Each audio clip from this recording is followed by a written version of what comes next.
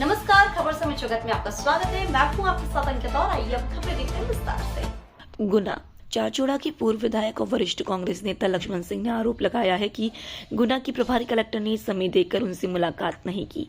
लक्ष्मण सिंह ने पत्रकारों से चर्चा करते हुए 11,000 रुपए का एक चेक दिखाया और दावा किया कि ये राशि गुना बस हादसे में मारे गए लोगों के परिजनों की सहायता के लिए वह सौंपने वाले थे। गुना की प्रभारी कलेक्टर ने उन्हें लगभग 4 बजे का समय दिया था, लेकिन मृतकों के परिजनों के लिए सहायता राशि एकत्रित करने का समय भी गुना जिला प्रशासन के पास नहीं है। लक्ष्मण सिंह जिला कांग्रेस अध्यक्ष मेहरबान सिंह की जनसंपर्क कार्यालय पर प्रेस वार्ता को संबोधित कर रहे थे। इस अवसर पर ब्लॉक अध्यक्ष गोपाल शर्मा, कर्मचारी कांग्रेस अध्यक्ष प्रमोद रघुवंशी, पंकज कनेरिया, शत्रुघ्न शर्मा, महेंद्र राजपूत, संजीव चेवर्गी आदि अनेक कार्यकर्ता उपस्थित थे। पूर्व सांसद लक्ष्मण सिंह ने बस हादसे के लिए परिवहन विभाग को जिम्मेदार ठहराया और विभाग में भ्रष्टाचार होने की बात कही। पूर्व विधायक ने आरोप लगाया कि आरटीओ विभाग निरंकुश है। कांग्रेस शासन में भी इस विभाग में भ्रष्टाचार होता आया है। कांग्रेस नेता ने गुना शहर के व्यवसायी, समाजसेवी और सक्षम नागरिकों से अपील की है कि वह बस हादसे में मृत लोगों की सहायता के लिए आगे आए, क्योंकि राज्य सरकार द्वारा मृतकों को दी जा रही सहायता राशि बहुत कम है। जो राशि सरकार उन्हें देगी उसे कर्जा बलपूर्वक छीन लेंगे। इसलिए सभी का दायित्व बनता है कि मृतकों के परिजनों की मदद की जाए। लक्ष्मण सिंह ने बस हादसे के बाद प्रशासन द्वारा की गई कार्रवाई के तरीकों पर भी सवाल खड़े किए हैं। उन्होंने चिंता जाहिर करते हुए कहा कि इतने बड़े हादसे के बाद राष्ट्रपति और प्रधानमंत्री को ट्वीट करना पड़ा, तब जाकर बसों पर कार्रवाई की जा रही है। आप सबको धन्यवाद, पार्टी के सभी साथियों को धन्यवाद देता हूँ।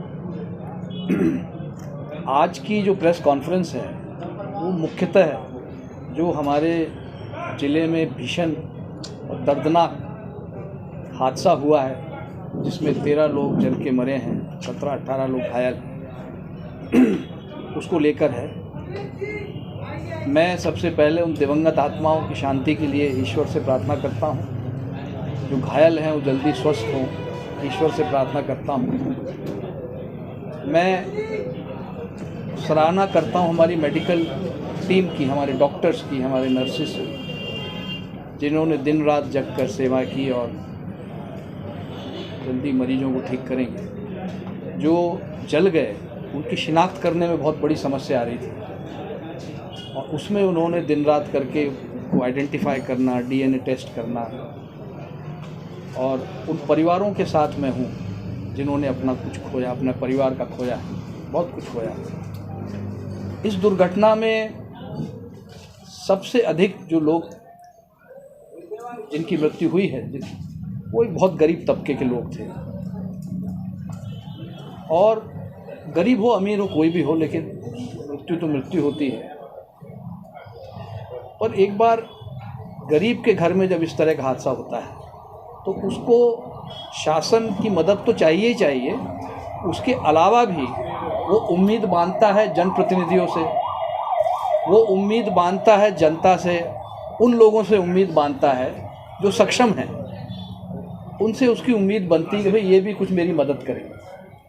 अब उदाहरण स्वरूप में एक हमारे बंजारा समाज का दादा है, वो अंधा है, वो मुझे मिला, मैं आया था जब, उसका एक सहारा था, वो उसको लाठी लेके उसको जगह जगह ले जाता था। उसका भतीजा था है कोई भाई का, वो चला गया, अब वो कहाँ जाएगा उसको। ऐसे कई बहुत ही दर्दनाक ऐसे हादसे से जो प्रभावित लोग हैं उनके बारे में जानकारी मिली। मैंने सोचा कि हमें पहल करना चाहिए।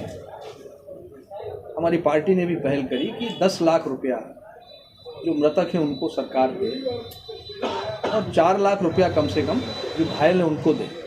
क्योंकि आप जानते हैं कि आज जितना गरीब तबका है ये कर्ज में डूबा हुआ है, सब पे कर्ज है। बहुत कम ऐसे परिवार होंगे जिन पे कर्ज नहीं होगा, और चक्रवर्ती ब्याज इनसे बरसों से लिया जा रहा है। तो ये जो राशि आज आप उनको दोगे तो जिन्होंने कर्ज दिया है वो छाती पे खड़े होकर वो ले लेंगे इनसे, तो इनको क्या मिलेगा। इसीलिए आवश्यक है कि हम लोग जो सक्षम हैं हम लोग भी इसमें योगदान करें। और इसीलिए मैं आज ये चेक लेकर 11,000 रुपये मेरी तरफ से, मेरी पेंशन में से मैं लेकर आया था। मेरी जो प्रभारी कलेक्टर हैं उनसे चर्चा हुई थी, उन्होंने मुझे 4 बजे 4:30 बजे बुलाया था और मैं उनको ये चेक देने जा रहा था। मुझे बड़ा दुख हुआ जब उन्होंने मुझसे मिलने से मना कर दिया।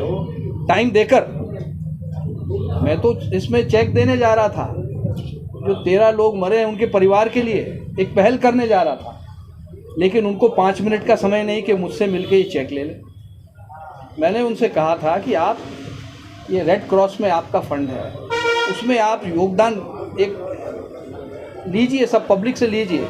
और मैं समझता हूँ गुना ज़िले में ही 60-70 लाख रुपया एक हफ्ते में इकट्ठा हो जाएगा अगर सरकार पहल करे। और हम लोग पहल, सरकार नहीं करे तो ना करें, हम लोग पहल करेंगे, हम लोग सब जनता के लोग पहल करेंगे, तो ये 5-5 लाख एक परिवार को और मिल जाए। 5 लाख वो 5 लाख ये 10 लाख हो जाए। कल से सरकार अगर राशि नहीं बढ़ाती है तो ये राशि काम आए। दूसरी बात, ये जो विभाग है जो फिटनेस देखता है, मुझे बताया कि जो बस चालक है उसकी बहुत सारी बसें अनफिट थी। कुछ 6 बसें जब्त भी की हैं, वो भी प्राइम मिनिस्टर के ट्वीट के बाद।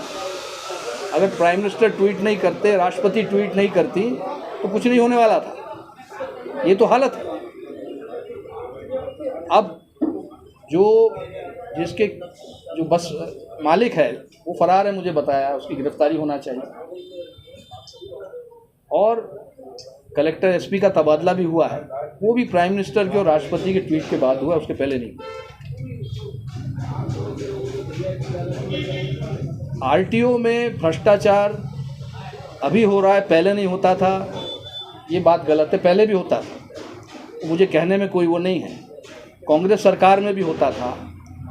और एक अधिकारी हैं पीनागंज में हैं, उनको उनके नाम से नहीं जानते हैं, उनको आरटीओ साहब के नाम से जानते हैं। आप समझ गए होंगे कौन है, उनका नाम ही आरटीओ साहब है, क्योंकि वो पूरी ज़िंदगी सेंधवा बैरियर पर है, जिसको सेंधवा बैरियर को ऐसा माना जाता था कि बिल्कुल सोने का अंडा देने वाली मुर्गी माना जाता था। तो कांग्रेस के समय में भी था और मैं निरंतर बोलता रहता था, पर मेरी आवाज़ दबा दी जाती थी। तो ये जो है, ये विभाग, इसमें बहुत सख्ती करना चाहिए, क्योंकि रोज़ का काम है। बस में रोज़ यात्री सफ़र करते हैं और बस में वो लोग जाते हैं जो साधारण परिवार के लोग।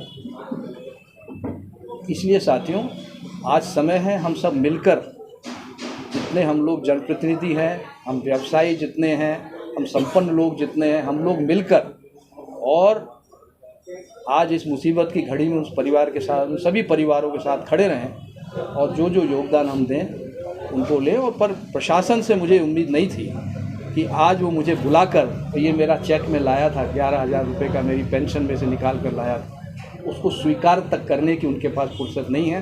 बहुत ही मुझे दुख हुआ। मैं ये चेक मुख्यमंत्री जी को भोपाल में जाके दूंगा, उम्मीद है वो स्वीकार कर लेंगे। आप सब पधारे, बहुत बहुत। तो शायद ये जो लोग मरे हैं बच जाते। आग लगने का कारण क्या था?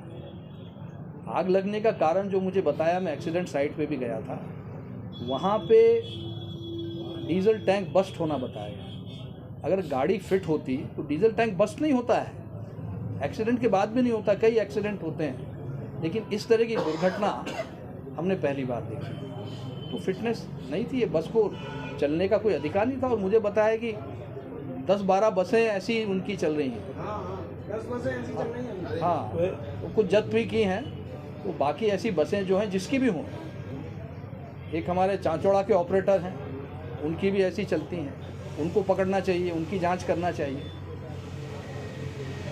जैसा कि सुनने में आया है, इसी बस संचालक की एक बस ऐसी है जिसका ना बीमा ना फिटनेस है, इसके बाद भी चुनाव में उपयोग में की गई थी। तो क्या प्रशासन बिल्कुल ध्यान नहीं देता इस पर? नहीं, प्रशासन को रोकना चाहिए। रोकेगा कौन? प्रशासन रोकेगा। अब प्रशासन भी क्या है कि आजकल राजनीतिक दबाव में इतना आ गया है। पहले इतना दबाव हम लोग नहीं होने देते थे, थोड़ा बहुत रहता था पर इतना दबाव नहीं होता था, और अधिकारी को काम करने की स्वतंत्रता होती थी। आज जो मैं देख रहा हूँ, आप लोग भी देख रहे हैं, अधिकारी को काम करने की स्वतंत्रता नहीं है, उसको दबाव में काम करता है और अधिकारी खुद बताते हैं, दबी जबान में बताते हैं। तो आपने जिसको बनाया है अधिकारी, उसको काम करने की स्वतंत्रता दीजिए। और मैं तो उसको अधिकारी मानता हूँ जो कानून नियम से काम करे, किसी के दबाव में ना आए। तो ऐसे अधिकारी जो हैं उनका प्रमोशन होना चाहिए, उनको पुरस्कृत करना चाहिए, दुर्भाग्यवश उनको सज़ा मिलती है। तो ये तभी जाके ये पटरी पे प्रशासन आएगा, नहीं तो इस तरह 20 साल से 15 साल से हम देख रहे हैं यही प्रशासन है चलता है।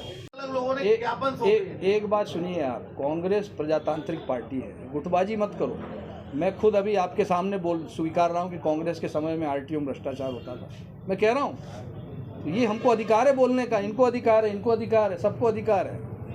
हम डेमोक्रेटिक पार्टी हैं, हमारे यहाँ कोई हिटलरशाही नहीं चलती। हम बोलते हैं, पार्टी सुनती है, हमारी बात सुनती है। मैं निरंतर बोल रहा हूँ, मैं कांग्रेस नेतृत्व के खिलाफ, राहुल गांधी के खिलाफ तक बोलता हूँ, आज भी आगे भी बोलूँगा अगर कुछ गलत होगा तो। लेकिन वो सुनते हैं, मुझे कहाँ नोटिस दिया आज तक। जीतू पटवारी बना, हम उसके साथ खड़े हैं, नौजवान के साथ। करेगा कुछ गलत करेगा तो मैं बोलूँगा उसके खिलाफ। मैं बड़े साहब के खिलाफ बोलता था, आज भी बोलता हूँ, कुछ गलत दिखता है तो बोलने में क्या है। बड़े साहब कभी बुरा नहीं मानते इसका, उन्होंने मुझसे आज तक नहीं कहा क्यों बोला। ये डेमोक्रेसी है और डेमोक्रेसी में सबको बोलने का अधिकार है। ये कांग्रेस पार्टी है और यही हमारी ताकत है। खबर समय जगत के लिए गुना से ब्यूरो चीफ सौरभ जैन की report. For latest news, subscribe to our channel and press the bell icon.